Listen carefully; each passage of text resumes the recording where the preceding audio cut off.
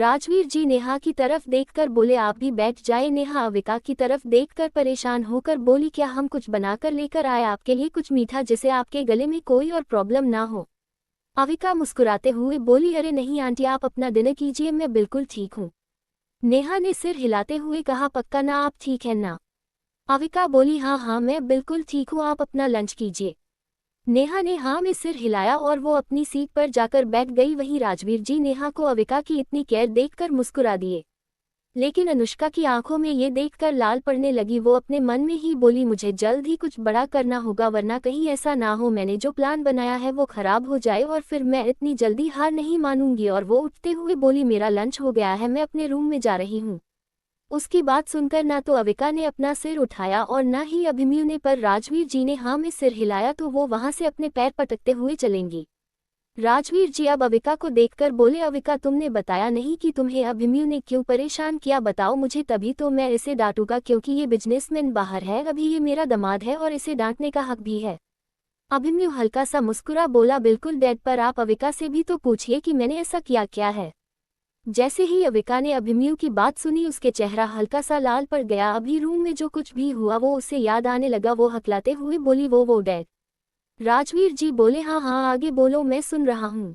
अभिमन्यु मुस्कुराते हुए बोला हाँ हाँ अविका बोलो डैड सुन रहे हैं। उसकी मुस्कुराहट देखकर अविका को चीड़ मच रही थी, पर उसने अपने दिमाग में आइडिया लगाया और जैसे ही उसको एक आइडिया आया उसकी आंखें चमकने लगी। वो मुस्कुराते हुए बोली वो डैड मैंने अभिमन्यु से कहा था कि मुझे उनके साथ मुंबई घूमने जाना है, पर उन्होंने साफ मना कर दिया। उन्होंने कहा कि मुझे अभी अपनी पढ़ाई करनी है, उसके बाद वो मुझे अपने साथ लेकर जा सकते हैं। इसकी वजह से मुझे थोड़ी नाराजगी हुई, पर लास्ट में मैं भी मान गई। अब मैं अपने फाइनल पेपर के बाद ही मुंबई में थोड़े दिनों के लिए घूमने जाऊंगी। उसकी बात सुनकर अब बारी थी अभिमन्यु के खांसने की। नेहा इतना तो समझ गई थी कि अभिमन्यु अविका का पति है, पर वो हैरान थी कि इतनी सी कम उम्र में अविका ने शादी कर ली। अक्सर बड़े घर के बच्चे तो बहुत ज्यादा एग्जिट होकर शादी करते हैं, पर अविका तो मात्र अभी 18 साल की थी। पर उनकी नोकझोंक देखकर उन्हें इतना तो पता चल गया था कि अभिमन्यु एक बहुत अच्छा इंसान है। अविका पप्पी जैसा फेस बनाकर मासूम सी भरी आवाज में अभिमन्यु की तरफ देखकर बोली क्या हुआ, आप इतना खास क्यों रहे हैं। उसकी बात सुनकर अभिमन्यु ने अपनी एक आईब्रो उठकर उसे देखा, जैसे कहना चाह रहा हो ये तुम मुझसे पूछ रही हो।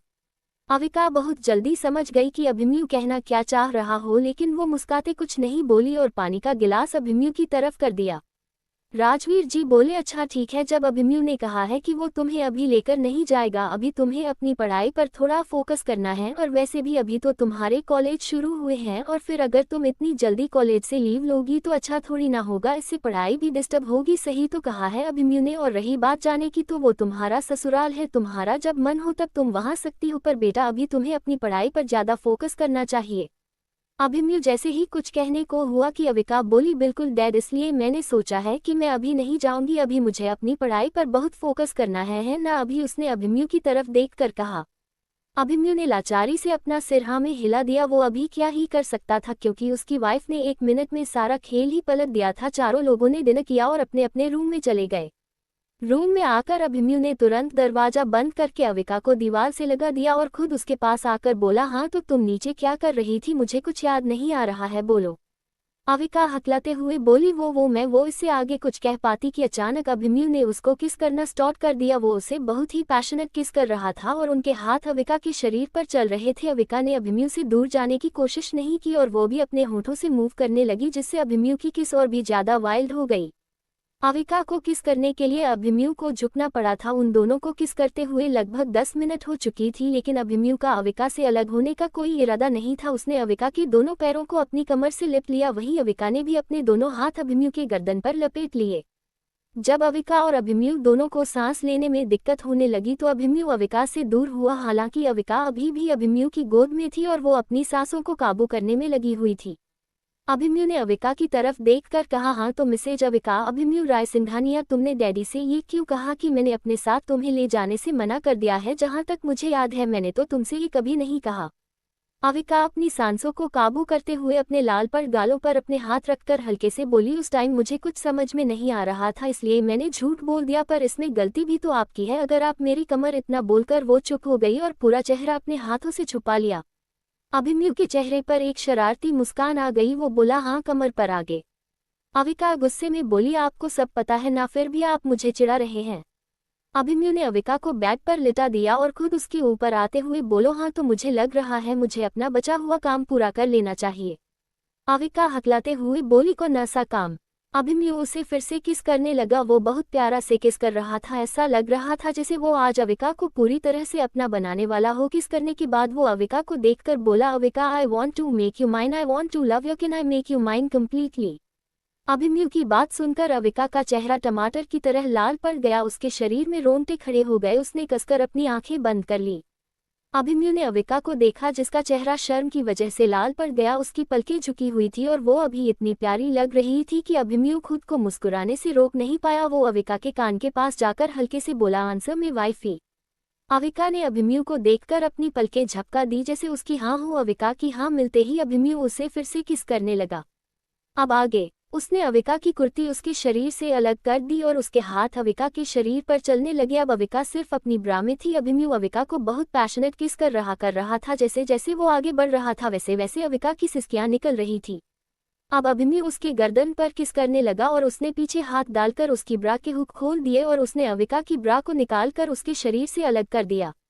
अब अविका उसके सामने ऊपर से नेकेड थी। उसने अपने दोनों हाथों से अपनी चेस्ट ढक ली। शर्म से अविका के गाल लाल हो गए थे, उसकी दिल की धड़कनें तेजी से बढ़ रही थी। अभिमन्यु ने अविका के हाथों को पकड़कर उसके सिर से ऊपर कर दिया और वो उसे किस करने लगा। साथ ही उसका एक हाथ अविका के चेस्ट पर चलने लगा, जिसकी वजह से अविका की सिसकियां निकलने लगी जो कि अभिमन्यु को और भी उत्तेजित कर रही थी।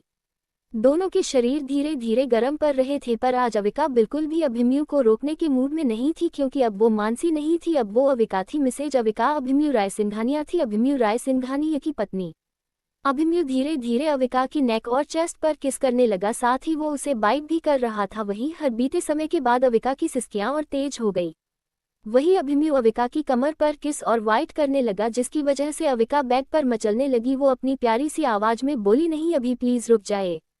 उसकी सेक्सी आवाज सुनकर अभिमन्यु और भी तेजी से उसके पेट पर किस करने लगा। अविका ने अभिमन्यु का चेहरा पकड़ा और उसे अपने चेहरे के सामने लाकर किस करने लगी। वही उसके ऐसे करने से अभिमन्यु की खुशी का ठिकाना नहीं रहा, क्योंकि उसकी वाइफ उसका साथ दे रही थी। वो अविका को लेकर पलट गया। अब अभिमन्यु बेड पर लेटा हुआ था और अविका अब उसके ऊपर थी। अविका धीरे धीरे अभिमन्यु की शर्ट उतारना शुरू कर दी। वही अभिमन्यु के हाथ अभी अविका की खुली पीठ पर चल रहे थे।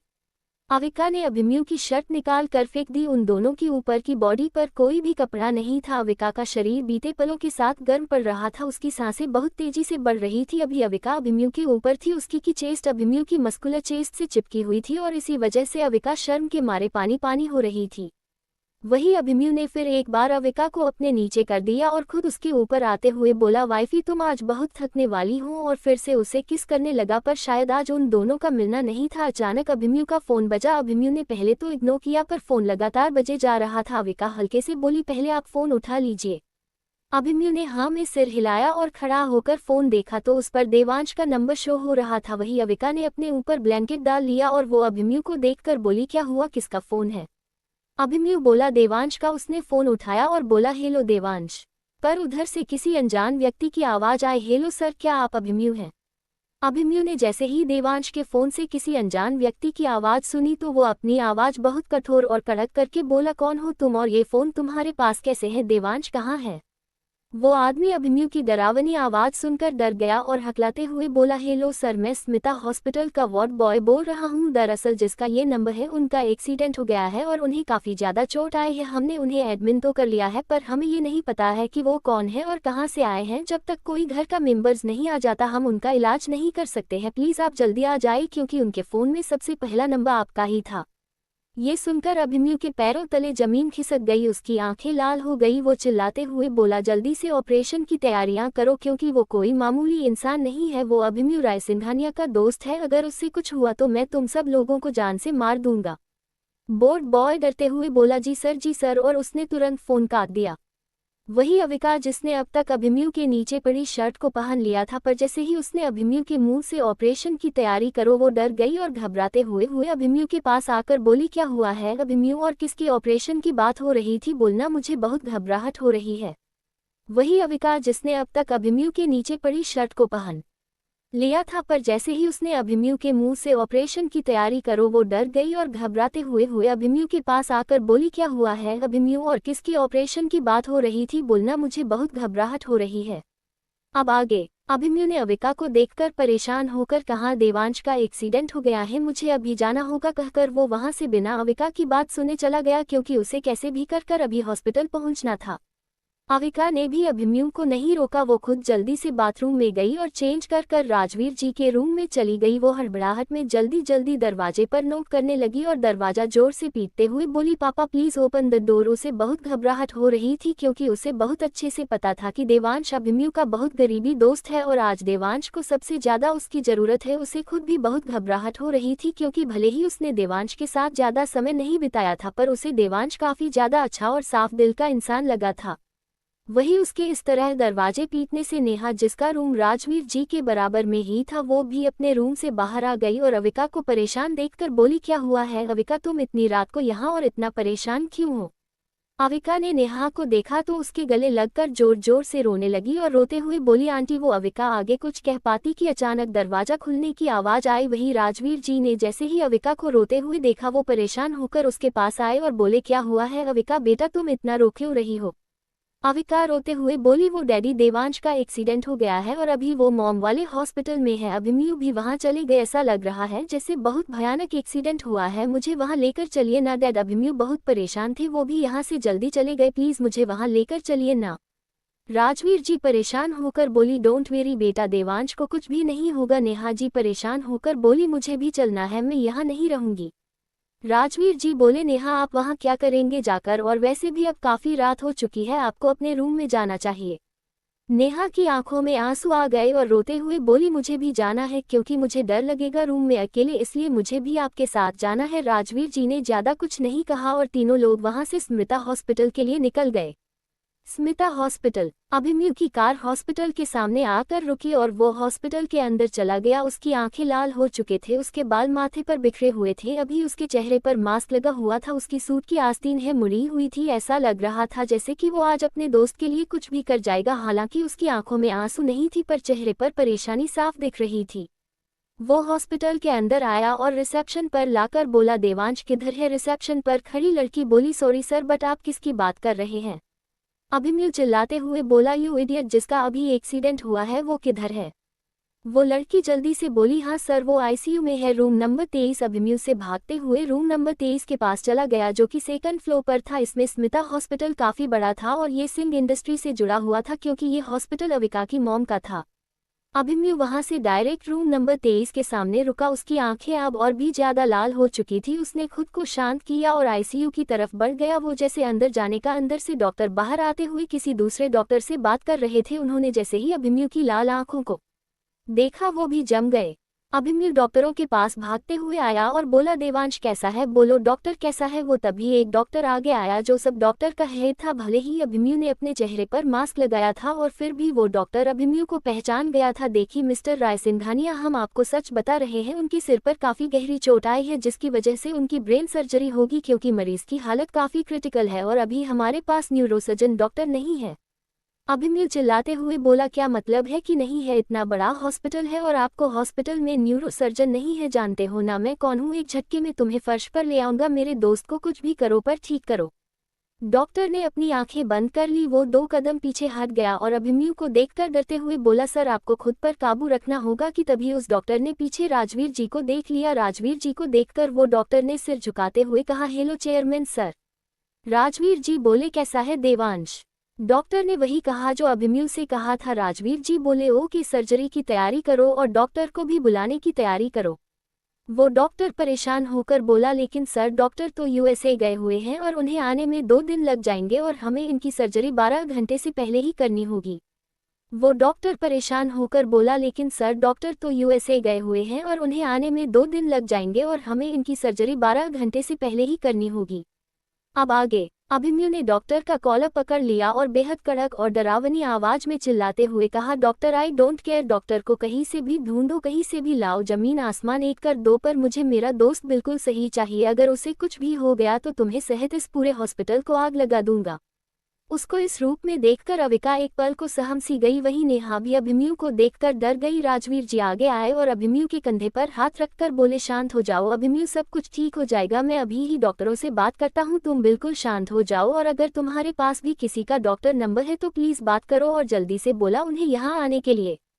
अभिमन्यु ने अपने आंसू पूछे और हाँ में सिर हिलाते हुए बोला, हाँ डैड, मैं अपने दोस्त को बुलाता हूँ, वो डॉक्टर है। उसने जल्दी से अपना फ़ोन निकाला और वो हॉस्पिटल के बाहर चला गया। उसने किसी को फ़ोन किया। 2 रिंग जाने के बाद किसी ने नींद भरी आवाज़ में कहा, कौन है यार, रात के 2:00 बजे भी कोई चैन से सोने नहीं देता है। अभिमन्यु घबराते हुए बोला, निखिल प्लीज जल्दी से इंडिया आ जा, देवांश को बहुत चोट आई है यार, उसकी ब्रेन सर्जरी होगी और हमारे पास अभी न्यूरोसर्जन यहाँ नहीं है। वही उसकी बात सुनकर निखिल, जो कि देवांश और अभिमन्यु का ही दोस्त था, हड़बड़ाते हुए बोला, क्या ये क्या बकवास है अभिमन्यु, देवांश को क्या हुआ है। अभिमन्यु ने सारी बातें बता दी तो निखिल बोला, ओके मैं सुबह तक वहां पहुंच जाऊंगा, मेरे आने से पहले सर्जरी की सारी तैयारियां करवाओ, क्योंकि जितना तुमने बताया है मैं अभी डॉक्टरों से बात करूंगा और पूरी जानकारी ले रहा हूं, ठीक है। उसने तुरंत फोन काट दिया। अभिमन्यु अभी हॉस्पिटल के बाहर था। रात के 2:00 बज रहे थे, इसकी वजह से वहां ज्यादा लोग नहीं थे, इनफैक्ट वहां कोई था ही नहीं, सारे लोग अभी हॉस्पिटल के अंदर मौजूद थे। वैसे भी रात के अभी 2:00 बज रहे थे। अभिमन्यु जैसे ही पीछे घूमा, उसके पीछे अविका खड़ी थी। अविका घबराते हुए अभिमन्यु के पास आए और उसका हाथ पकड़कर बोली, सब कुछ ठीक हो जाएगा, अभी आप चिंता मत करो। पर अभिमन्यु ने उसे अपने पास खींच लिया और उसे अपने गले से लगा लिया। वही अविका उसके पीठ पर हाथ फिराने लगी। उसने फील किया अभिमन्यु बहुत परेशान है। अचानक वो चौंक गई क्योंकि उसके गाने पर गरम गरम पानी जैसा कुछ फील हुआ। क्या अभिमन्यु रो रहा था? वो अभिमन्यु को देखा चाहती थी पर अभिमन्यु ने उसको बहुत टाइटली गले लगाया था। अभिमन्यु को अविका के पास आकर उसे जितनी भी बेचैनी हो रही थी उससे थोड़ी राहत मिली। वो अविका के गर्दन पर अपना चेहरा ले जाकर गहरी गहरी सांस लेने लगा। उसके शरीर से और उसके बालों से आती हुई खुशबू महसूस करके अभिमन्यु खुद को शांत करने लगा। अचानक उसका फोन बजा। उसने फोन उठाया तो फोन निखिल का था। निखिल बोला, यार मेरे पास डॉक्टरों का नंबर नहीं है, प्लीज जल्दी से डॉक्टरों से मेरी बात करवा दे। अभिमन्यु ने हाँ में जवाब दिया और वो हॉस्पिटल के अंदर भाग गया। अविका भी हॉस्पिटल के अंदर जाने लगी कि तभी उसका भी फोन बजा। उसने देखा तो तनुजा का फोन था। वो हैरान होकर बोली, ये तनुजा रात के 2:00 बजे फोन क्यों कर रही है? उसने जैसे ही फोन उठाया तनुजा रोते हुए बोली, अविका। वो अविका परेशान होकर बोली, क्या हुआ है तनुजा, और तू रो क्यों रही है? इतनी रात को क्या हुआ है, बताना यार, मुझे बहुत घबराहट हो रही है। तनुजा रोते हुए बोली, अविका मैंने बहुत बुरा सपना देखा। मैंने देखा कि तेरा एक्सीडेंट हो गया है और तू हॉस्पिटल में है, पता है अभिमन्यु जीजू तेरी वजह से बिल्कुल पागल हो गए थे। मुझे कुछ समझ में नहीं आ रहा है, पता नहीं क्यों मुझे बहुत रोना आ रहा है। ऐसा लग रहा है जैसे कोई अपना बहुत दर्द में है, मैं क्या करूं अविका? और वो फोन पर जोर जोर से रोने लगी। अचानक अविका की पीछे से एम्बुलेंस के सायरन की आवाजें आने लगी। अविका ने ये सुनकर अपनी आंखें बंद कर ली।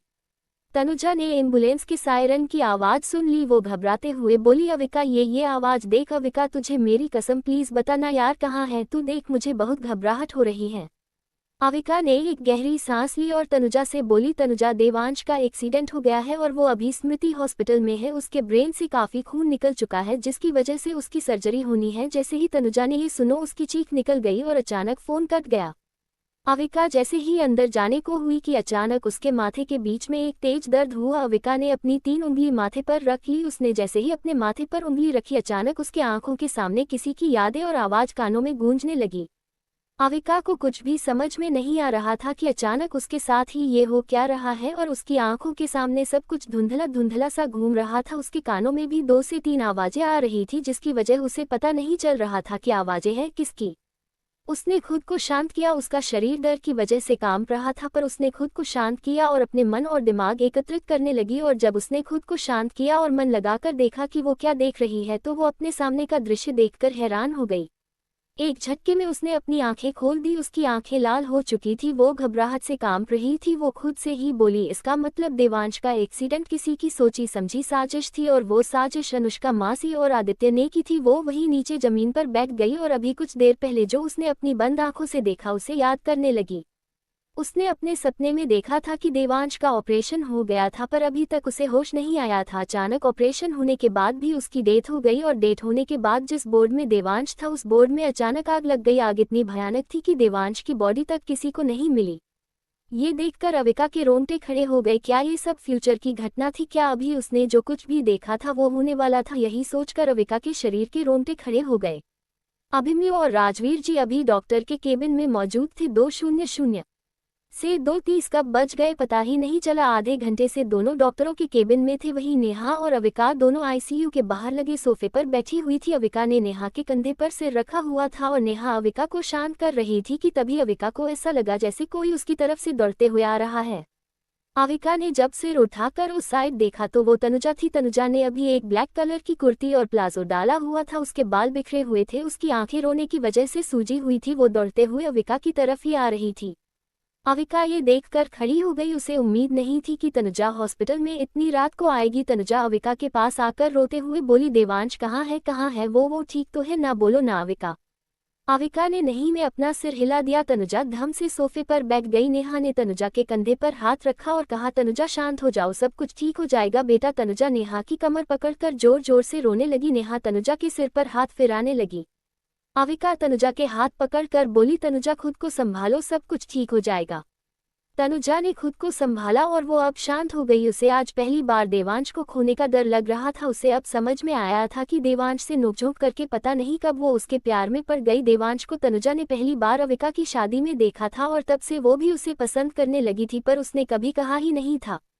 तभी उसे राजवीर जी और अभिमन्यु आते हुए दिखाई दिए। अभिमन्यु ने जैसे ही तनुजा को देखा तो वो थोड़ा हैरान भी हुआ। उसने अविका को देखा। अविका ने हाँ में सिर हिला दिया। अविका अभिमन्यु के पास जाकर बोली, अभी डॉक्टर क्या कह रहे और कब तक ऑपरेशन होगा? ऑपरेशन की बात सुनकर तनुजा और घबरा गई और बोली, क्या ऑपरेशन? अविका बताओ ना मुझे, देवांश कैसा है? अविका ने तनुजा को देवांश के बोर्ड की तरफ इशारा कर दिया। तनुजा उस तरफ भाग कर गई। हालांकि वो अंदर तो नहीं जा सकती थी, पर उसने शीशे से ही देवांश को देखा। देवांश के चेहरे पर ऑक्सीजन मास्क लगा हुआ था। उसके शरीर पर काफी मशीन लगी हुई थी। उसका चेहरा पीला पड़ गया था। उसके एक हाथ में फ्रैक्चर हो गया था जिसकी वजह से प्लास्टर लगा हुआ था। तनुजा ने अपने मुंह पर हाथ रख लिया और सिसक सिसक कर बिना आवाज के रोने लगी। तनुजा ने एक बार और देवांश को देखा और खुद के आंसुओं पर काबू किया। वो अविका के पास आकर सोफे पर बैठ गई। राजवीर जी उन तीनों को देखकर बोले, रात काफी हो चुकी है, मुझे लगता है तुम सबको घर जाना चाहिए, मैं हॉस्पिटल में रुक जा रहा हूँ। अभिमन्यु बोला, नहीं डैड आप जाइए, मैं रुक रहा हूँ, और अविका तुम भी जाओ। अविका बोली, नहीं मैं तुम्हारे साथ ही रहूंगी। तनुजा बोली, हाँ और मैं भी। राजवीर जी और अभिमन्यु के बहुत मनाने के बाद भी तनुजा और अविका नहीं मानी तो हार खाकर राजवीर जी नेहा को लेकर हॉस्पिटल के बाहर आ गए। दोनों कार में बैठ गए और कार सिंगविला के लिए निकल गई, पर अचानक रास्ते में ही कार रुक गई। बहुत स्टार्ट करने के बाद भी जब कार स्टार्ट नहीं हुई तो राजवीर जी उतरकर कार देखने लगे। उन्होंने देखा इंजन में कुछ खराबी आई थी, शायद इंजन में पानी खत्म हो गया था। उन्होंने आसपास देखा तो रात के 4:00 बजे की वजह से वहां कोई भी नहीं था। वो वापस कार में बैठ गए। वहीं नेहा जो राजवीर के बगल वाली सीट पर बैठी थी परेशान होकर बोली, क्या हुआ, आपने कार क्यों रोक दी मिस्टर सिंह? राजवीर जी नेहा की तरफ देखकर बोले, कार में कुछ प्रॉब्लम हो गई है, मैं अभी ड्राइवर को कॉल कर रहा हूँ, वो 20 मिनट तक आ जाएगा। नेहा ने हाँ में सिर हिलाया और राजवीर जी ने ड्राइवर को कॉल कर दिया। ड्राइवर सिंगविला से निकल गया। कार में एकदम शांति फैली हुई थी और नेहा को बहुत ऑकवर्ड लग रहा था। उसे समझ में नहीं आ रहा था कि वो क्या करे और क्या नहीं। उसने बाहर देखा तो बाहर चारों तरफ अंधेरा था। उसे बहुत डर लग रहा था जिसकी वजह से इसके हाथ पैर भी कांपने लगे। वही राजवीर जी ने जैसे ही नेहा को देखा तो उन्होंने अनजाने में ही नेहा का हाथ पकड़ लिया और से शांत करवाते हुए बोले, डोंट वरी, मैं हूं ना यहाँ। नेहा ने हाथ सिर हिला दिया और राजवीर जी के हाथ को कसकर पकड़ लिया। नेहा राजवीर जी की तरफ देखकर बोली, ये देवांश कौन है? राजवीर जी बोले, अभिमन्यु राय सिंघानिया, बिजनेस इंडस्ट्री का किंग, नाम तो सुना ही होगा, अविका का पति है, यानी कि मेरा दामाद। नेहा हैरान होकर बोली, लेकिन अविका की उम्र तो बहुत कम है अभी।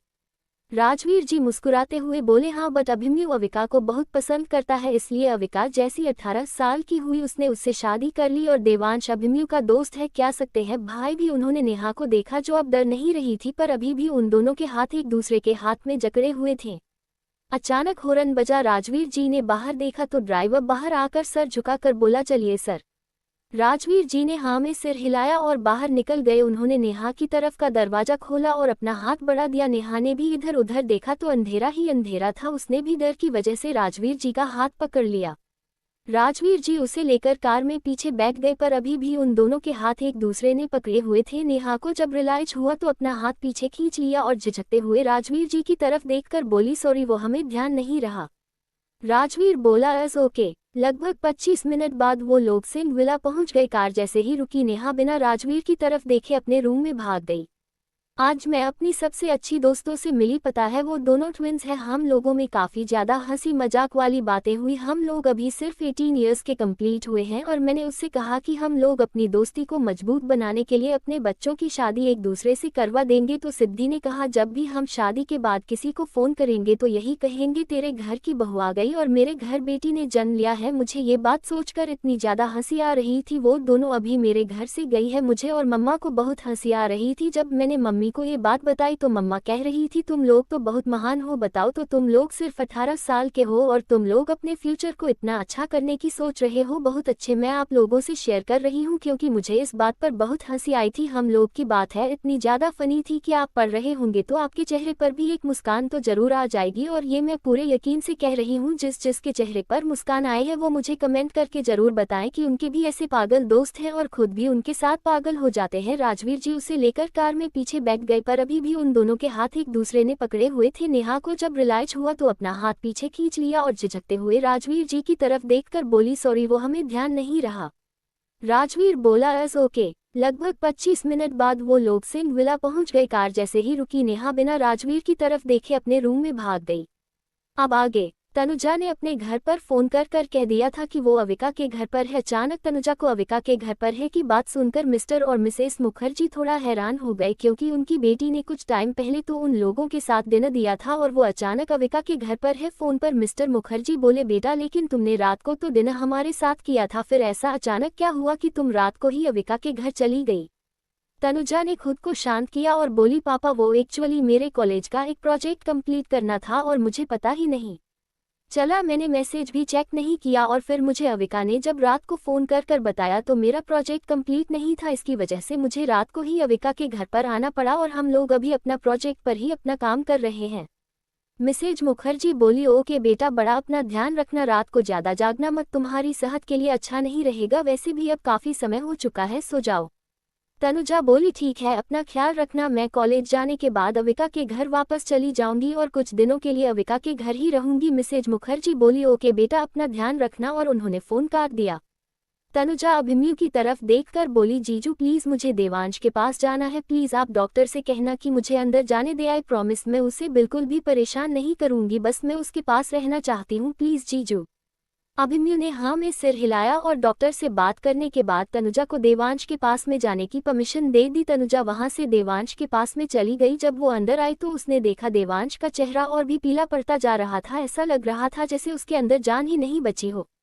देवांश को ऐसा देखकर तनुजा की जान निकली जा रही थी। वो बहुत हारी हुई सी लग रही थी। वो अपने हल्के कदमों से देवांश के पास जाकर बैठ गई और उसका हाथ अपने हाथ में लेकर बोली तुम मुझे इस तरह से छोड़कर नहीं जा सकती देवांश, तुम्हें वापस आना ही होगा। मैं तुम्हें पसंद करती हूँ और मुझे पता है कि तुम भी कहीं ना कहीं मुझे पसंद करने लगे हो। प्लीज देवांश वापस आ जाओ। क्या ऐसे अपनी तनुजा को हारा हुआ देखकर तुम्हें अच्छा लगेगा? प्लीज वापस आ जाओ देवांश, तुम्हें खुद से लड़ना होगा, तुम्हें वापस हमारे पास आना ही होगा देवांश, वरना सब टूट जाएंगे। कहकर तनुजा की आंखों के आंसू देवांश के हाथ पर गिर गए। तनुजा ने देवांश का हाथ बहुत अच्छे से पकड़ लिया था और ये भी ध्यान रखा ताकि देवांश की चोट पर कोई असर ना हो और वही सर रखकर वैसे ही देवांश को देखने लगी। पता नहीं कब उसे नींद आ गई और वो वैसे ही सो गई। उसके सोने के बाद देवांश की बंद आंखों से आंसू निकलकर उसके बालों में छुप गए। ऐसा लग रहा था जैसे कि देवांश ने तनुजा की सारी बातें सुन ली हो। बाहर अविका अभिमन्यु को देखकर बोली अभिमन्यु मुझे हॉस्पिटल की सिक्योरिटी और बढ़ानी है, आप प्लीज हॉस्पिटल में और बॉडीगार्ड लगवा दीजिए, कोई भी बिना कार्ड के हॉस्पिटल के अंदर नहीं आना चाहिए। अभिमन्यु बोला लेकिन क्या बात है, तुम इतना परेशान क्यों हो? अविका बोली कुछ नहीं, बस आप मेरी बात मान लीजिए और हॉस्पिटल की सिक्योरिटी बहुत टाइट कर दीजिए, इतनी कि यहाँ पर आपके परमिशन की कोई आ ना सके। अभिमन्यु ने अपने बॉडीगार्ड्स को फोन कर हॉस्पिटल की सिक्योरिटी और भी ज्यादा टाइट करवा दी। अविका और अभिमन्यु दोनों अभी सोफे पर बैठे हुए थे और वहां पर उन दोनों के सिवा कोई भी मौजूद नहीं था। अविका ने अपना सिर अभिमन्यु के कंधे पर रख लिया और अभिमन्यु का हाथ अपने हाथों में पकड़कर अपनी आंखें बंद कर कहा डोंट वरी अभिमन्यु, देवांश को कुछ भी नहीं होगा, आप बिल्कुल चिंता मत कीजिए। आज अभिमन्यु को अविका पर बहुत प्यार आ रहा था। उसकी वाइफ आज उसके दुख में उसका साथ दे रही थी, उसका सपोर्ट कर रही थी और इस चीज से अभिमन्यु के दिन में अविका के लिए और भी ज्यादा प्यार बढ़ गया। अभिमन्यु ने भी अपना सिर सोफे के पीछे टिका दिया और वही वैसे ही सो गए। सुबह 6:30 बजे फोन की आवाज सुनकर अभिमन्यु की नींद खुली। अभिमन्यु ने देखा तो कॉल निखिल का था। अभिमन्यु कॉल उठाते हुए बोला कहाँ पहुंच गए निखिल? निखिल बोला मैं एयरपोर्ट पर हूँ। अभिमन्यु ने कहा ओके मैं पहुंच रहा हूं। उसकी बात सुनकर अविका भी उठ चुकी थी। अभिमन्यु ने खड़े होते हुए कहा ऑपरेशन की तैयारी शुरू हो चुकी है और कुछ देर बाद ही देवांश का ऑपरेशन है। मैं निखिल को लेने जा रहा हूं, तुम प्लीज तनुजा को संभालना। और वहां से चला गया। लगभग 20 मिनट बाद में अभिमन्यु की कार एयरपोर्ट के सामने आकर रुकी। तभी उसने देखा एक उसी की हम उम्र का इंसान अपने चेहरे पर मास्क लगाए, आंखों में गूगल पहने हुए एयरपोर्ट से बाहर निकाल रहा था। उसके बाल ब्राउन कलर के थे, वो दिखने में बहुत स्मार्ट लग रहा था। वो जल्दी से अभिमन्यु की कार में बैठ गया क्योंकि अभिमन्यु अपने बॉडीगार्ड भी नहीं लाया। अभिमन्यु ने उसे एक फाइल दी और कहा इसे पढ़ो, ये देवांश की मेडिकल रिपोर्ट है। और उसने वापस गाड़ी हॉस्पिटल की मुड़ा दी। निखिल देवांश की रिपोर्ट पढ़ने लगा और अभिमन्यु जितना हो सके उतनी जल्दी कार चलाने लगा। लगभग 15 मिनट ही बाद वो हॉस्पिटल पहुंच गए। अभिमन्यु और निखिल दोनों जैसे ही कार से बाहर निकले, हॉस्पिटल के सारे डॉक्टर वहां पर आ गए। निखिल वहां से सारे डॉक्टर के साथ मीटिंग करने चला गया। इस चक्कर में पता ही नहीं चला कब सुबह के 7:15 हो चुके थे। नेहा राजवीर जी के साथ वापस हॉस्पिटल आ गई। वो अपने साथ कुछ बैग्स भी लेकर आई थी। उसने उन दोनों तनुजा और अविका को देते हुए कहा इसमें तुम दोनों के लिए कपड़े हैं, जाओ और जाकर यही फ्रेश हो जाओ। हमें पता तो नहीं था कि तुम्हें क्या पसंद है, पर हम अपने हिसाब से तुम दोनों के लिए कपड़े ले आए हैं। फ्रेश होकर वापस आओ, हम नाश्ता भी लेकर आया है। अविका ने नेहा को अपने गले से लगा लिया और बोली थैंक यू कहकर दोनों वहां से राजवीर जी के केबिन में चली गई। क्योंकि ये हॉस्पिटल तनुजा की अविका की मॉम का था, जिसकी वजह से यहाँ पर राजवीर जी का खुद का केबिन था और केबिन में राजवीर जी का बेडरूम भी था। वही राजवीर जी नेहा को अविका की इतनी केयर करते हुए देख उन्हें खुश भी हो रही थी कि कोई तो है जो उसके बाद अविका की फिक्र करेगा। अब आगे नेहा जी के कहने पर अविका, अभिमन्यु और तनुजा तीनों ने थोड़ा थोड़ा नाश्ता कर लिया। वहीं निखिल बाकी सारे डॉक्टरों के साथ मिलकर ऑपरेशन की तैयारी करने लगा और 8:00 बजे देवांश को ऑपरेशन रूम में ले जाया गया, जहां पहले से निखिल और बाकी डॉक्टर मौजूद थे। निखिल ने अपने चेहरे पर मास्क लगाया, हाथ में ग्लव्स पहन लिए। सारे डॉक्टरों ने भी वैसे ही किया। निखिल ने देवांश को देखा और अपनी आंखें बंद कर ली। उसकी बंद आंखों से एक बूंद आंसू निकलकर गालों पर लुढ़क गया। उसके आंखों के सामने देवांश, अभिमन्यु और खुद की हंसती खेलती यादें घूमने लगी। उन तीनों ने अपना बचपन एक साथ ही बिताया था। हालांकि अभिमन्यु सबसे ज्यादा बात तो नहीं करता था, इसलिए निखिल के सबसे ज्यादा करीब देवांश था। क्योंकि अभिमन्यु को ज्यादा बात करना या हंसी मजाक करना पसंद नहीं था और निखिल और देवांश घंटों तक हंसी मजाक करते रहते थे। उसने एक गहरी सांस ली और खुद से ही बोला मैं अपनी तरफ से पूरी कोशिश करूंगा देवांश, बस तुम अपनी उम्मीद मत छोड़ना। और अपनी आंखें खोलने उसने सारे डॉक्टरों की तरफ देखकर कहा रेडी एवरीवन। डॉक्टरों ने हाँ में जवाब दिया और ऑपरेशन होना शुरू हो गया। बाहर अविका, अभिमन्यु, तनुजा, राजवीर जी और नेहा सब लोग मौजूद थे। तनुजा ने कहा मैं अभी आती हूँ कहकर वो वहां से चली गई। तनुजा वहां से हॉस्पिटल में बनी गणेश जी की मूर्ति के सामने बैठकर उनके चरणों में सिर रखकर रोने लगी। वो गणेश जी को देखकर हाथ जोड़कर रोते हुए बोली भगवान जी मैंने आपसे कुछ भी नहीं मांगा, आपने मुझे सब कुछ बिना मांगे ही दिया है। आज मैं पहली बार आपसे कुछ मांग रही हूँ, प्लीज मेरी देवांश को वापस मुझे दे दीजिए, उसे मुझसे अलग मत कीजिए, मैं जी नहीं पाऊंगी। भगवान जी प्लीज प्लीज आज मुझे मेरा प्यार वापस लौटा दीजिए। मैं आज आपसे पहली बार कुछ मांग रही हूँ, आपके दरवाजे पर इस उम्मीद से आई हूँ कि आप मुझे निराश नहीं करेंगे। और वो उनके चरणों में सिर रखकर रोने लगी कि तभी उसके कंधे पर किसी ने हाथ रखा। तनुजा ने पीछे मुड़कर देखा तो वहां 50 से 51 साल की औरत खड़ी हुई थी। उनकी आंखों में भी आंसू थे। वो तनुजा को देखकर बोली भगवान किसी के साथ बुरा नहीं करते हैं बेटा, भगवान पर भरोसा रखो, वो सब कुछ सही कर देंगे। तनुजा ने हाँ में सिर हिलाया और वहां से वापस अविका के पास आकर बैठ गई।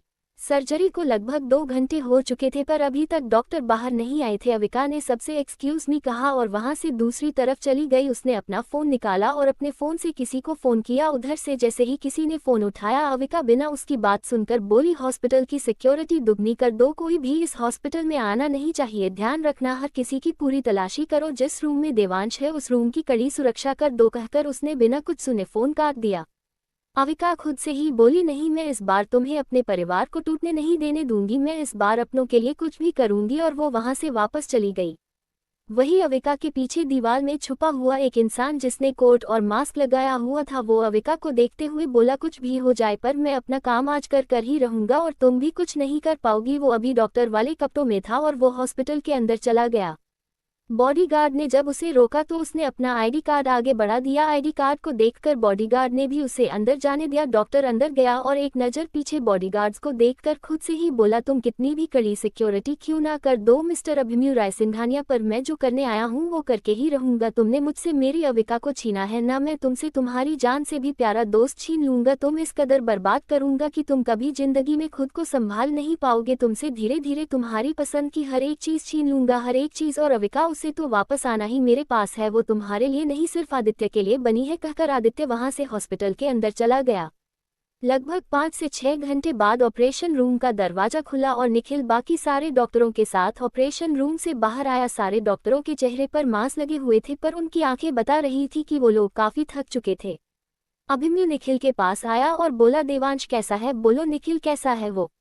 निखिल उसके कंधे पर हाथ रखकर गहरी गहरी सांसें लेने लगा और ना मैं अपना सिर हिलाने लगा। उसको इस तरह देखकर तनुजा ने अपने मुंह पर हाथ रख लिया और वो धम से नीचे फर्श पर बैठ गई।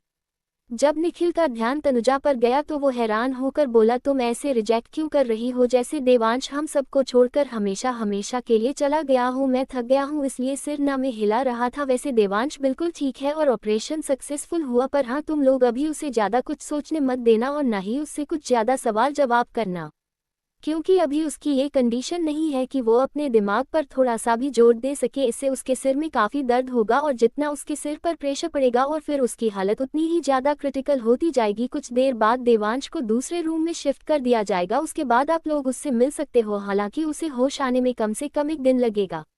अभिमन्यु ने जैसे ही निखिल की बात सुनी उसने अपना पंच जोर से निखिल के पेट पर दे मारा। निखिल अपना पेट पकड़कर चिल्लाने लगा।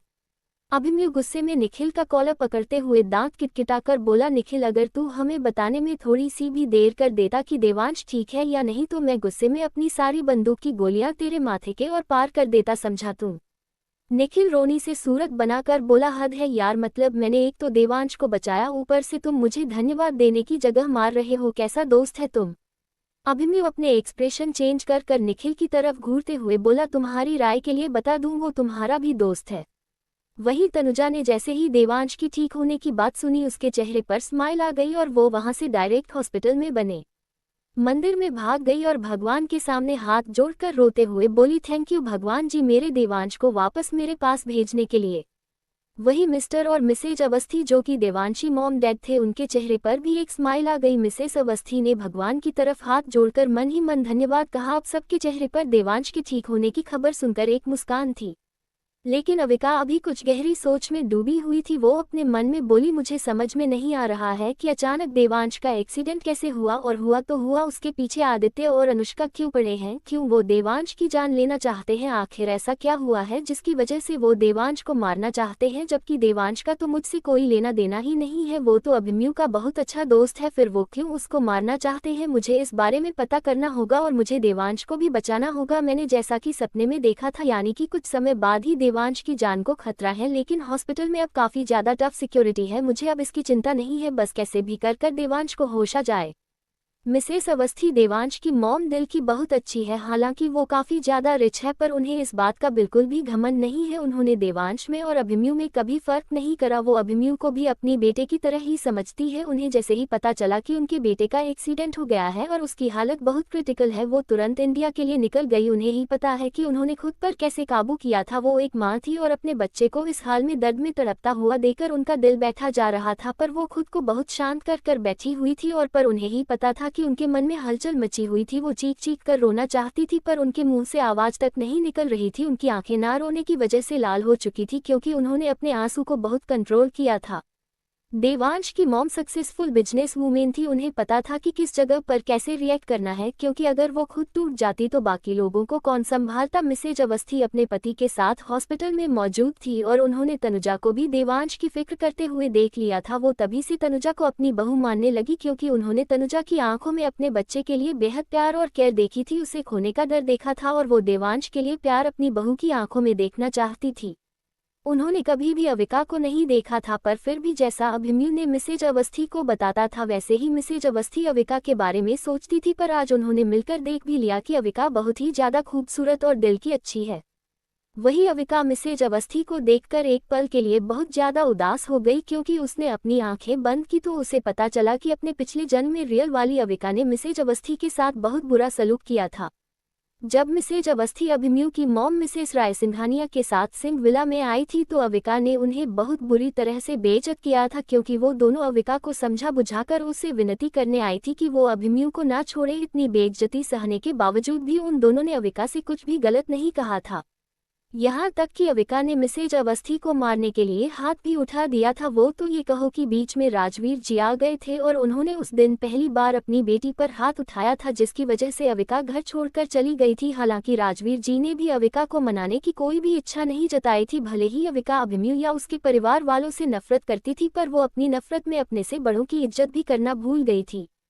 इसकी वजह से राजवीर जी को बहुत ज्यादा ही ठेस पहुंची थी और वो उन दिनों काफी ज्यादा बीमार रहे। इतना बीमार रहने के बावजूद भी अभिमन्यु ने उनका साथ नहीं छोड़ा और एक बेटे होने का फर्ज निभाया। हालांकि राजवीर जी ने कभी भी अविका को अपने पास नहीं बुलाया। 1 महीने के बाद अनुष्का और आदित्य के कहने पर अविका वापस आ गई, क्योंकि आदित्य और अनुष्का ने ये कहा था कि अभिमन्यु उसके पापा के बहुत करीब आ रहा है और वो सारी जायदाद अपने नाम करवा लेगा। इसी वजह अविका पर से वापस आ गई। हालांकि वो सिंह विला आ चुकी थी, पर उसने ना तो मिसेज अवस्थी और ना ही मिसेज राय सिंघानिया से माफी मांगी थी। इस वजह से अभिमन्यु भी काफी दिनों तक अविका से नहीं बोला था, लेकिन अविका को इससे कोई लेना देना नहीं था कि अभिमन्यु उससे नाराज है या नहीं। अभिमन्यु अच्छे से जानता था कि अविका उससे माफी कभी नहीं मांगेगी, पर फिर भी वो उसकी पत्नी थी जिसे वो जान से ज्यादा प्यार करता था, इसलिए उसने अविका को कुछ नहीं कहा। अविका को सिंह विला आए हुए कुछ ही समय हुआ था कि फिर अचानक अविका उससे हमेशा के लिए दूर चली गई और 4 सालों बाद उसने अचानक अभिमन्यु को फोन करके स्मिता होटल बुलाया। अभिमन्यु ने 4 सालों में अविका को पागलों की तरह ढूंढा था, पर उसे अविका का नामो निशान तक नहीं मिला। और जब उस दिन अविका ने होटल में बुलाया था तो अभिमन्यु इतना खुश था कि वो ये भी भूल गया कि उसकी शक्ल इन 4 सालों में कैसी हो गई है। उसकी बड़ी बड़ी दाढ़, बड़े बड़े बाल हो रखे थे। उसने इन 4 सालों में अपने ऊपर बिल्कुल भी ध्यान नहीं दिया था, लेकिन जिस दिन अविका ने मैसेज कर अभिमन्यु को होटल बुलाया, उस दिन पहली बार अभिमन्यु इतना खुश हुआ जितना अपनी शादी के दिन था। वो तैयार होकर होटल में 1 घंटे पहले ही पहुंच गया। वो जब वहां पहुंचा तो काफी देर तक अविका का इंतजार करता रहा, लेकिन जब अविका नहीं आई तो उसकी आंखों में निराशा आने लगी। वो जैसे ही वापस जाने को हुआ कि अचानक उसके फोन पर राजवीर जी का कॉल आया, और जैसे ही उसने राजवीर जी के मुंह से अविका के एक्सीडेंट की बात सुनी, उसका दिल धक से रह गया और वो वहां से हॉस्पिटल के लिए निकल गया। ये सब याद आते ही अविका ने अपनी आंखें बंद कर ली। उसकी आंखें हल्की हल्की लाल हो रखी थी। खुद को रोने से रोकने के लिए वो गहरी गहरी सांसें लेने लगी कि तभी उसे मिसेज अवस्थी की प्यारी सी आवाज अपने पीछे से आई। मिसेज अवस्थी अविका को देखकर बोली, क्या तुम अविका हो? अभिमन्यु की पत्नी अविका ने अपनी आंखें खोली और अपनी आंखें साफ कर पीछे मुड़कर मिसेज अवस्थी की तरफ देखकर हल्का सा मुस्कुराते हुए बोली, जी आंटी, और आप देवांश की मॉम है ना? मिसेज अवस्थी को अविका यहाँ हॉस्पिटल में होगी इसकी बिल्कुल उम्मीद नहीं थी, क्योंकि जिस तरह से उन्होंने अविका के बारे में सुना था कि अविका इस शादी से बिल्कुल खुश नहीं है और वो अभिमन्यु से सिर्फ नफरत करती है। लेकिन आज अभिमन्यु ने जैसे ही उनसे कहा कि अविका भी हॉस्पिटल में है तो वो भी हिम्मत करके अविका से बात करने के लिए आ गई, क्योंकि उन्हें सुना था कि अविका अभिमन्यु से ही नफरत नहीं करती है, बल्कि अभिमन्यु से जुड़ी हर वो चीज़ जिसे अभिमन्यु पसंद करता है उससे नफरत करती थी। लेकिन अविका को इतने अच्छे से बात करते हुए देख उन्हें बहुत खुशी हुई कि तभी फिर से उसके कानों में अविका की आवाज आई जो कह रही थी, चिंता मत कीजिए आंटी, देवांश को कुछ नहीं होगा। आपने सुना ना डॉक्टर ने क्या कहा, उसे कुछ देर बाद ही होश आ जाएगा। उसकी बात सुनकर मिसेज अवस्थी बोली, हाँ बेटा, और मुझे भगवान पर पूरा भरोसा है, वो मेरे साथ कुछ भी गलत नहीं करेंगी। वैसे तुमसे मिलकर बहुत अच्छा लगा। अभिमन्यु जितना तुम्हारे बारे में बात करता था और तुम्हारी तारीफ करता था, तुम उससे भी ज्यादा अच्छी और प्यारी हो। उसकी बात सुनकर मिसेज अवस्थी बोली, हाँ बेटा, और मुझे भगवान पर पूरा भरोसा है, वो मेरे साथ कुछ भी गलत नहीं करेंगी। वैसे तुमसे मिलकर बहुत अच्छा लगा। अभिमन्यु जितना तुम्हारे बारे में बात करता था और तुम्हारी तारीफ करता था, तुम उससे भी ज्यादा अच्छी और प्यारी हो। अब आगे अविका मुस्कुराते हुए बोली, थैंक यू आंटी, लेकिन अभी आप घर जाए और जाकर फ्रेश हो जाए। वैसे भी आप काफी देर से यहीं पर हैं और फिर इतनी दूर से सफर करके यहाँ पर है। रही बात देवांश की, तो यहाँ पर मैं और अभिमन्यु है ना, कहकर उसने अभिमन्यु की तरफ देखा। अभिमन्यु ने हाँ में सिर हिलाया और वो मिस्टर और मिसेज अवस्थी की तरफ देखकर बोला, अंकल आंटी, आप लोग घर जाए और जाकर कुछ देर आराम कर लीजिए, वरना जब देवांश को होश आएगा और वो आप लोगों को इस तरह देखेगा तो वो खुद भी परेशान हो जाएगा, और डॉक्टर ने अभी उसे ज्यादा सोचने के लिए मना किया है। क्या आप चाहते हैं कि देवांश आप लोगों के बारे में चिंता करे? मिसेज एंड मिसेस अवस्थी ने ना में सिर हिला दिया और वो लोग वहां से जैसे ही होटल को जाने को हुए कि अचानक अविका बोली, अंकल आंटी आप लोग होटल क्यों जा रहे हैं? सिंह विला चले जाए, मैंने आप लोगों को वहां पर सारा सामान अरेंज करवा दिया है। उसने राजवीर जी और नेहा की तरफ देखा और कहा और आप लोग भी जाए। हालांकि उन लोगों का जाने का मन तो नहीं था, पर काफी देर हो चुकी थी उन लोगों हॉस्पिटल में बैठे हुए और अब दोपहर हो चुकी थी, इसलिए मिसेज और मिस्टर अवस्थी के साथ साथ राजवीर और नेहा भी वापस सिंह विला के लिए निकल गए। तनुजा मंदिर से वापस आकर अविका के पास बैठ गई। तनुजा को देखकर अविका हैरान होकर बोली, तनुजा तुम यहाँ हो? मुझे लगा था तुम वापस घर जा चुकी हो, तुम घर क्यों नहीं गई? अब तो देवांश भी ठीक है और उसे कुछ घंटे बाद होश भी आ जाएगा, फिर तुम आ जाना ना।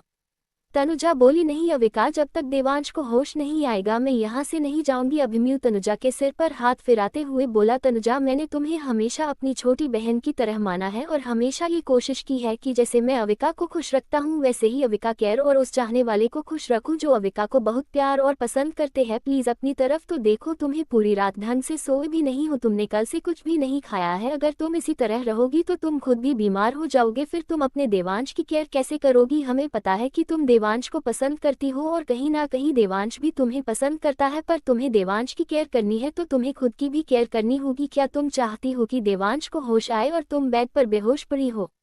अभिमन्यु की बात सुनकर तनुजा ने ना में सिर हिलाते हुए कहा, नहीं जीजू, मैं देवांश की केयर करना चाहती हूँ। मैं बीमार नहीं पड़ना चाहती हूँ, चिंता मत कीजिए, मैं खुद का ख्याल रखूंगी, पर आप लोग मुझे हॉस्पिटल।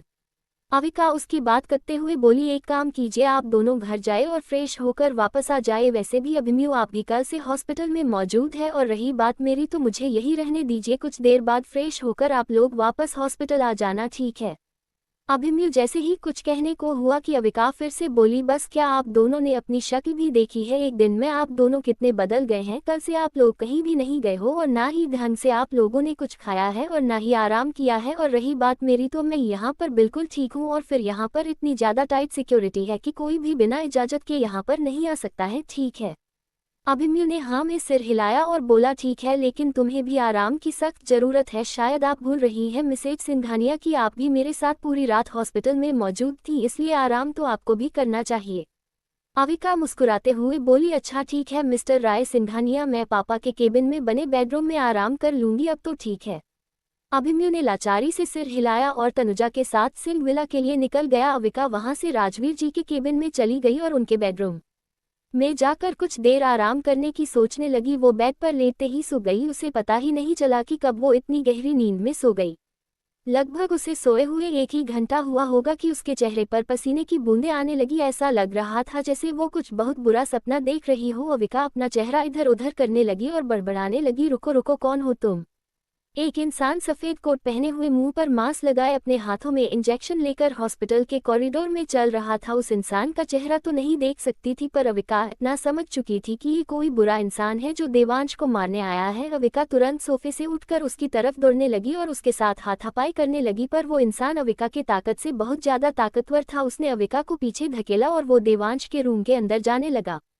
ये देखकर अविका जो नीचे फर्श पर गिर गई, उसके साथ लड़ने में उसका चेहरा पसीने से भीग चुका था। वो जैसे ही देवांश के रूम में गई, उसने देखा कि वो इंसान देवांश के हाथों में इंजेक्शन लगाने जा रहा है। ये देखकर अविका जोर से चीखी नहीं। ये देखकर अविका जो नीचे फर्श पर गिर गई, उसके साथ लड़ने में उसका चेहरा पसीने से भीग चुका था। वो जैसे ही देवांश के रूम में गई, उसने देखा कि वो इंसान देवांश के हाथों में इंजेक्शन लगाने जा रहा है। ये देखकर अविका जोर से चीखी नहीं। अब आगे अविका हड़बड़ा कर उठ गई और अपनी सांसों को काबू करते हुए बोली, नहीं, मुझे देवांश को बचाना होगा, कहकर वो अपने पैरों में बिना स्लीपर के केबिन से बाहर निकलकर देवांश के रूम की तरफ भागने लगी। निखिल भी अभी अपने केबिन में आराम कर रहा था क्योंकि वो भी काफी ज्यादा थक चुका था। हॉस्पिटल में काफी टाइट सिक्योरिटी थी और अविका को यही समझ में नहीं आ रहा था कि आखिर वो कौन था जो डॉक्टर के बीच में हॉस्पिटल के अंदर आ गया। अविका बुरी तरह से देवांश के रूम की तरफ जाने लगी। वो जैसे ही देवांश के रूम की तरफ गई, उसने देखा वहां पर जो बॉडीगार्ड मौजूद थे वहां पर थे ही नहीं। ये देखकर अविका का दिल धक से रह गया। वो जल्दी से देवांश के रूम के दरवाजे पर आकर खड़ी हो गई और जैसे ही उसने गेट खोला, उसने देखा एक डॉक्टर मुंह पर मास्क लगाए हुए देवांश के सामने खड़ा हुआ था। उसने जैसे ही अविका को देखा, वो कुछ पल के लिए हड़बड़ा गया, लेकिन फिर वो अविका उसकी तरफ देखकर बोली, कौन हो तुम और यहाँ क्या करने आए हो? डॉक्टर इंजेक्शन लगाने के लिए आगे बढ़ा और बोला, आप अंदर कैसे आ सकती हैं? और मैं इंजेक्शन लगा रहा हूँ, कुछ देर बाद इन्हें होश आ जाएगा। अविका ने जैसे उस डॉक्टर को देखा उसकी आंखें हैरानी से बड़ी हो गई। ये डॉक्टर बिल्कुल उसके सपने में मौजूद डॉक्टर की तरह लग रहा था जो कि देवांश को मारने आया था। वो गुस्से में डॉक्टर की तरफ देखकर बोली, अगर तुमने इसे इंजेक्शन लगाया तो मैं तुम्हें जान से मार दूंगी। लेकिन उसकी डॉक्टर ने एक नहीं सुनी और जैसी देवांश को इंजेक्शन लगाने को हुआ कि अविका ने अपने पास में रखे कांच की बोतलों को उठा लिया जिसमें की दवाइयां थी और उस डॉक्टर की तरफ फेंकने लगी। डॉक्टर जो कि अपना पूरा ध्यान देवांश को इंजेक्शन लगाने में दे रहा था, वो इंजेक्शन जैसे ही देवांश को लगाने को हुआ कि अचानक उसके हाथ में कांच की बोतल आग लगी और वो इंजेक्शन नीचे गिर गया। इतनी देर में अविका भी उस डॉक्टर के पास आई और उसका मारने की कोशिश करने लगी और इसी तरह उन दोनों की हाथापाई होने लगी। अविका पूरी कोशिश कर रही थी कि वो डॉक्टर का चेहरा देख ले पर वो असफल हो रही थी। वही डॉक्टर ने अविका से खुद से बचाने के लिए अविका को जोर से धक्का मारा जिसकी वजह से एक कांच की बोतल अविका के सिर में लग गई और बोतल टूटकर चकनाचूर हो गई। बोतल का कांच जमीन पर बिखर गया और अविका के पैरों से बुरी तरह से खून निकलने लगा, लेकिन अविका ने इन चीजों पर ध्यान नहीं दिया और वो उठकर जैसे उस डॉक्टर के पास जाने लगी। उसने देखा उस डॉक्टर के हाथों में फिर से इंजेक्शन आ चुका है और वो देवांश की तरफ बढ़ रहा है। ये देखकर अविका ने अपनी पूरी ताकत से उस इंसान की पीठ पर लात मारी और वो इंसान देवांश के ऊपर जा गिरा। वो तो ये कहो कि देवांश का ऑक्सीजन मास्क नहीं हटा। अविका चीखते हुए डॉक्टर और बॉडीगार्ड्स को आवाज देने लगी।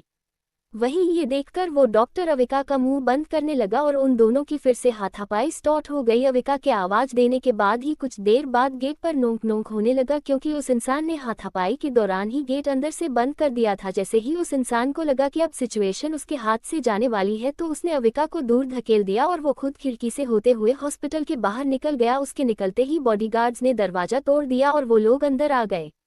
उनके साथ में अभिमन्यु और तनुजा भी आ गए। जब उन्होंने रूम का ऐसा नजारा देखा तो एक पल को सब घबरा गए। अभिमन्यु ने जैसी अविका को देखा वो उसकी तरफ भाग कर आया और उसने अविका को अपनी गोद में उठाया। उसने देखा कि अविका के सिर और पैर से बुरी तरह से खून निकल रहा है और गिरने की वजह से उसके हाथ पैर में भी कांच लग चुका है। अभिमन्यु परेशान होकर बोला, अविका यहाँ क्या हुआ है और तुम ऐसे क्यों हो? तुम्हें इतनी चोट कैसी लगी?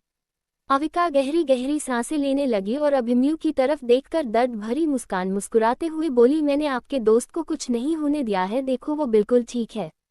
तनुजा अविका के पास बैठकर बोली, अविका उसे कुछ भी नहीं हुआ है और तेरी ऐसी हालत कैसे हो गई और यहाँ पर क्या हुआ है बताना यार।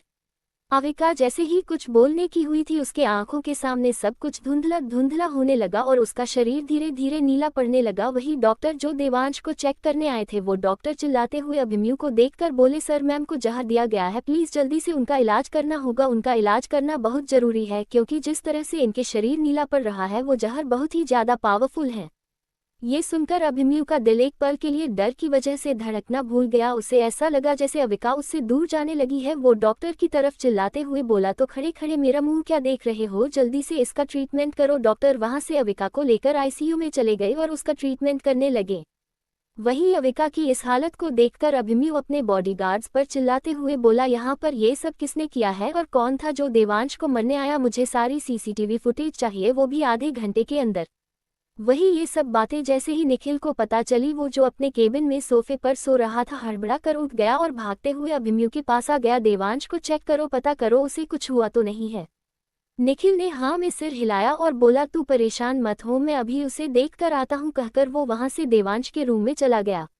अभिमन्यु के अंदर दर्द बढ़ता ही जा रहा था। उसे ऐसा लग रहा था जैसे उसे सांस लेने में दिक्कत हो रही हो। वही तनुजा ने ये बात अभी तक किसी को नहीं बताई थी कि अविका की हालत भी काफी ज्यादा क्रिटिकल है। डॉक्टरों ने देवांश को दूसरे रूम में शिफ्ट कर दिया था और अभी देवांश के पास तनुजा बैठी हुई थी। देवांश को अभी भी होश नहीं था पर फिर भी तनुजा को देवांश और अविका की दोनों की फिक्र हो रही थी। उसकी आंखों से आंसू बह रहे थे और वो एकटक देवांश को ही देख रही थी। पता नहीं वो क्या सोच रही थी पर वो जो भी सोच रही थी उससे सोचकर ही उसकी आंखों से आंसू निकलते जा रहे थे। अभिमन्यु इधर से उधर घूम रहा था, उसके बाल माथे फैले हुए थे और उसकी आंखें लाल हो रखी थी। वो अभी किस भी एंगल से भी अभिमन्यु रायसिंघानिया नहीं लग रहा था। उसकी आंखों में अविका के लिए खोने का डर और किसी को मारने की तलब साफ साफ दिख रही थी। ऐसा लग रहा था कि जिसने भी ये सब किया होगा अभिमन्यु उसे जिंदा नहीं छोड़ेगा। लगभग आधे घंटे बाद ही अभिमन्यु के फोन पर एक मैसेज आया। अभिमन्यु ने उसे देखा तो वो सीसीटीवी वीडियो थी। उसने वीडियो को ऑन कर दी और पूरी वीडियो देखने लगा। जैसे जैसे वो वीडियो देख रहा था उसके फोन पर हाथ कसते जा रहे थे। उसने देखा हाथापाई के दौरान ही उस इंसान ने वो जहर का इंजेक्शन अविका के लगा दिया था, जिसकी वजह से अविका के शरीर में जहर फैलने लगा। अविका ने देवांश को तो बचा लिया था, पर देवांश की वजह से अपनी जान को खतरे में डाल दिया था। उसे देखा वो इंसान इंजेक्शन लगाने के बाद बालकनी से कूदकर हॉस्पिटल के बाहर निकल गया और उसके बाद पता नहीं वो कहाँ गायब हो गया। ना तो उसकी खबर कोई सीसीटीवी कैमरे में थी और ना ही बॉडीगार्ड्स ने उसे देखा था, और इसी चीज की वजह से अभिमन्यु की आंखें गुस्से से लाल होती जा रही थी।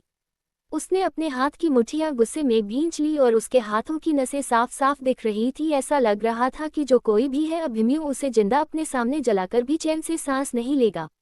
लगभग 1 घंटे बाद डॉक्टर बाहर आए। डॉक्टर को देखकर अभिमन्यु डॉक्टर के पास आया और बोला, अविका कैसी है? डॉक्टर सिर झुकाते हुए बोले, सर मैडम बिल्कुल ठीक है, क्योंकि उनके शरीर में ज़्यादा जहर नहीं फैल पाया था और वो हॉस्पिटल में मौजूद थी, जिसकी वजह से उनका इलाज जल्दी ही शुरू हो गया था। हमने उनके शरीर से जहर तो निकाल दिया है, पर उन्हें अभी होश नहीं आएगा। लगभग 1 हफ्ते तक उनका काफ़ी अच्छे से ख्याल रखना होगा, कहकर वो डॉक्टर शांत हो गया।